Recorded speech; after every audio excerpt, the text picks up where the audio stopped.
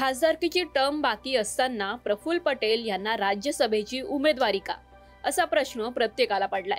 प्रफुल्ल पटेल यांनी आज अजित पवार यांच्या नेतृत्वातील राष्ट्रवादी काँग्रेसकडून राज्यसभेचं तिकीट मिळवलं आणि अर्जही भरलाय।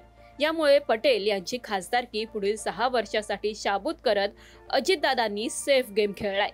नुकताच काँग्रेसमधून अजितदादांसोबत राष्ट्रवादीत आलेले बाबा सिद्दकी यांना राज्यसभेचं तिकीट मिळणार असे अटकळे बांधले जात होते, तर अजित पवार यांचे पुत्र पार्थ पवारांनाही संधी मिळणार असल्याची चर्चा होती। मात्र सगळ्यांना डावलून प्रफुल्ल पटेल यांना प्राधान्य देण्यात आले। मात्र 2022 मध्ये झालेल्या राज्यसभेच्या निवडणुकीत प्रफुल्ल पटेल विजयी झाले होते। 2027 पर्यंत अर्थात पुढील 4 वर्ष त्यांची खासदारकी ही फिक्स होती। मात्र राष्ट्रवादीच्या शरद पवार गटाकडून पटेलांवर अपात्रतेची कारवाई केली जाते आणि याचमुळे अजितदादांनी हा निर्णय घेतला असल्याचं बोललं जातंय। शरद पवार गटाने प्रफुल्ल पटेल यांना खासदार म्हणून अपात्र ठरवण्याची मागणी राज्यसभेत सभापती जगदीप धनखड यांच्याकडे केली आहे। मात्र प्रफुल्ल पटेल यांनी थेट राजीनामा देत नव्याने उमेदवारी अर्ज अजित पवार गटातून नव्याने भरलाय आणि खासदारकीसाठी ते पुढील राज्यसभेमध्ये जाणार आहेत। आणि या संपूर्ण घडामोडीनंतर पूर्वीच्या शरद पवार गटाच्या अपात्रतेच्या कारवाईपासून ते सुरक्षित होतील।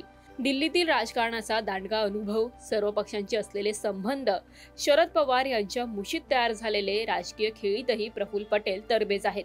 मी फॉर्म का भरला येत्या काळात स्पष्ट होईल। बिनविरोध असल्याने रिक्त जागा आमच्याकडेच राहणार, असं प्रफुल्ल पटेल यांनी उमेदवारी अर्ज भरल्यानंतर स्पष्ट केलंय।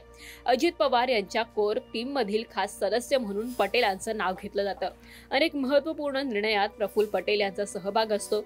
आपल्या हातचा खासदार अपात्र झाला तर पुढील राजकीय खेळी कठीण होणार, असं होऊ नये यासाठी अजित पवार गटाने फासा टाकत पटेलांनाच उमेदवारी देत सेफ गेम खेळलाय। याबद्दलची अधिक अपडेट जाणून घेण्यासाठी mymahanagar.com या वेबसाईटवर लॉग इन करा। आमच्या फेसबुक, ट्विटर आणि इंस्टाग्राम अकाउंटला फॉलो करायला विसरू नका।